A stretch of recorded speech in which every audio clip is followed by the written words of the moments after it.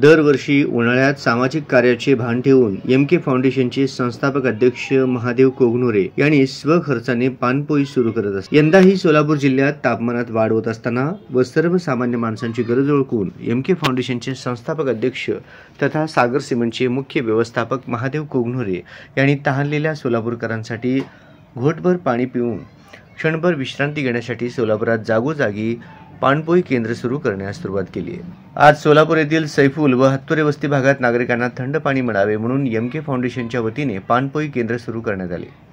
नेहमीच सामाजिक कार्यात अग्रेसर असणारी एमके फाउंडेशन यंदा तीव्र उन्हाळ्यात सामाजिक सेवेचा भाव जपत वाटसरूंना पिण्याचे पाणी उपलब्ध करून दिल्याने एमके फाउंडेशनचे सर्वत्र कौतुक होताना पाहायला मिळत आहे। कारण सर्वसामान्य नागरिकांची तहान भागवण्याचे पुण्य आज महादेव कोगनुरे यांच्याकडून होताना दिसून येते। भर उन्हाळ्यात रस्त्यावरून जाणाऱ्या व्यक्तींना पाणपोई दिसली की क्षणभर विश्रांती घेऊन घोटभर पाणी पिऊन नंतरच पुढचा मार्ग धरावा लागतो। पाणपोई हा एक सामाजिक उपक्रम आहे।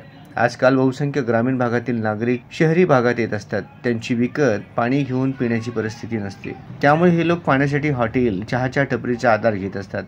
अशा माणसांना पाणपोई एक आधार देण्याचे काम करीत असते।